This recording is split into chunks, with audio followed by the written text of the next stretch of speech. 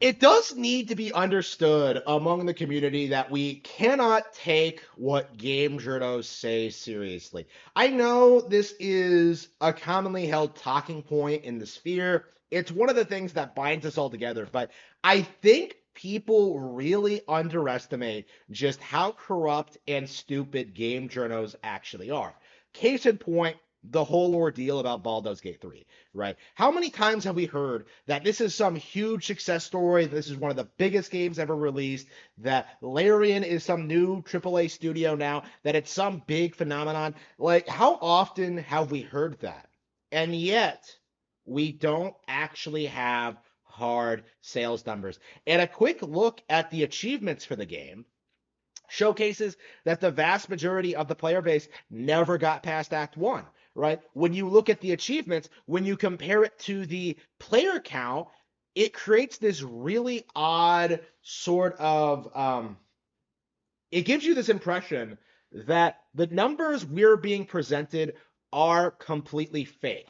I do believe the player counts are botted. I do believe the sales are not nearly as high as we're led to believe. And I believe the game has trailed well behind in relevancy compared to Super Mario Bros. Wonder and The Legend of Zelda Tears of the Kingdom.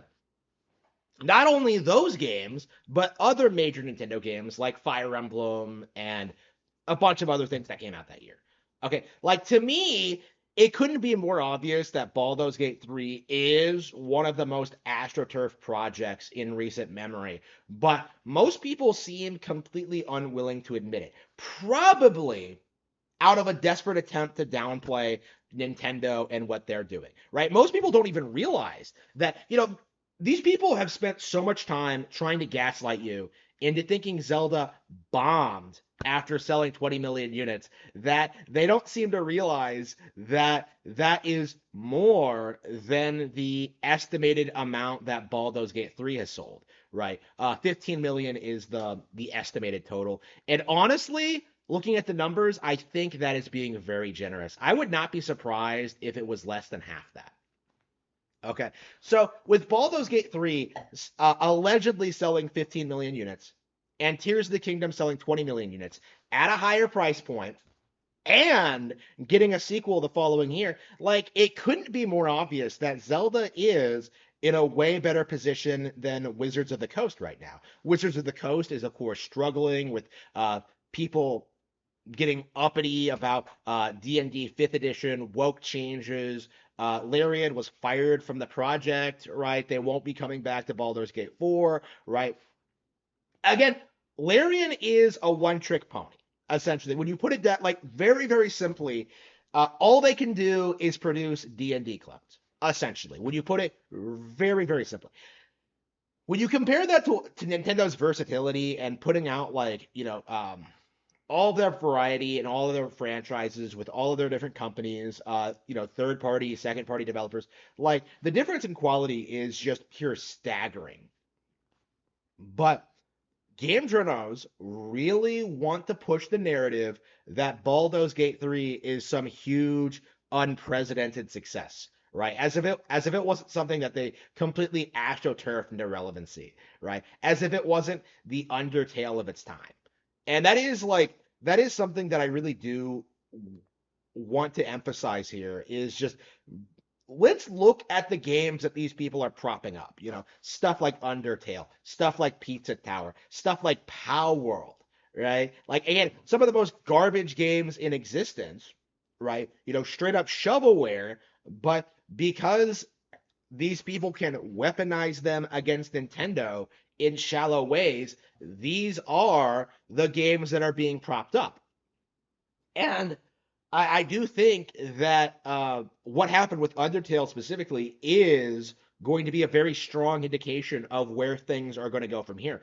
It doesn't matter if your game gets onto like top 100 best games of all time list. It doesn't matter if it gets on like brackets for best game ever made tournaments, right? It doesn't matter how much people talk about your game if nobody actually enjoys it, right? Undertale is popular purely because it pushes a specific social message onto gamers, right? It is one of the most woke products ever made, right? It is something that was used to to go after the Japanese gaming industry and to try and um, ruin online gamer culture, right? Undertale, to be perfectly honest with you, is the worst thing to ever happen to gaming because it doesn't actually have any value to it as an actual game.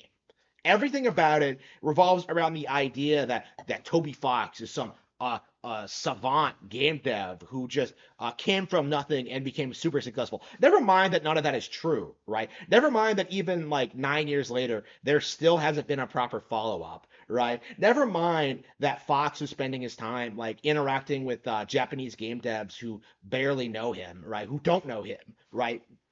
Never mind his like LARPing as a celebrity, right? Never mind like just the slow, like gradual decline in relevancy of the original release and the growing realization among its audience that the follow up is never ever going to live up to it, right? Like again, Undertale was a complete and utter failure because Toby Fox was not able to catapult his brand into relevancy, right? He had an already established fan base, online fan base, because of his involvement with Homestuck, and that's what led him to have the following that he did, right? Larian is in the same boat, right? They are in tight with game journos. Larian was on board with the message. You know, Baldur's Gate 3 is one of the most woke games ever made. So of course they're going to like rally behind Baldur's Gate 3 and try to give it like a bunch of awards it doesn't deserve and give it like really glowing reviews even though nobody actually plays it. Like it is a testament to just how corrupt game journos are that this was able to pass for as long as it did. But I do think we're at the point now where people are beginning to see through Baldur's Gate 3, right? You cannot keep your game relevant by constantly going after other better games, right? You can't just keep trying to talk about Baldur's Gate 3 by attacking Tears of the Kingdom. Like, oh, Baldur's Gate 3 is more successful than it. Not only is that not objectively not true, all doing that does is guarantee that people are going to grow resentful towards the brand and towards the IP. They are going to hate the developers to the point by the time that the company completely collapses, much like CD Projekt Red has. There isn't really going to be much mourning from the community at all because when you get right down to it, Larian has never produced a product of value whatsoever, right? And when you look at like recent happenings, right? When you see like what the game journals tried to do with Astrobot, right? When you look at what they tried to do with that, where for like a brief period of time they were trying to gaslight people into thinking it was more successful than Mario, that it was more popular than Mario, that it was one of the best platforming games ever made, right? Actual platforming fans like laughed at that, but game journals were really running with this line for weeks, honestly. Like for 2 weeks, right? You know, just like with the Power World thing, right? Like, oh, it's way better than any Pokemon game. No, it isn't. And I think the fact that like the audience completely the actual Pokemon audience doesn't talk or care about Power World at all kind of reflects that fact, honestly. We're in this weird like declining era of the PC Master Race where they believe they're this vast empire that can like that dictates what is and isn't popular, but in reality uh they're ever declining into irrelevancy, right? All of their games that they've propped up, especially Baldur's Gate 3, have really failed to compete with Nintendo ones, right? You know, these guys, they always want to talk about the player counts for their games, right? They always want to say like, oh, like Baldur's Gate 3, it has 850,000 players every day. Or, oh, like they try to make that out to be a big deal. I guarantee you that Animal Crossing New Horizons regularly has more than that.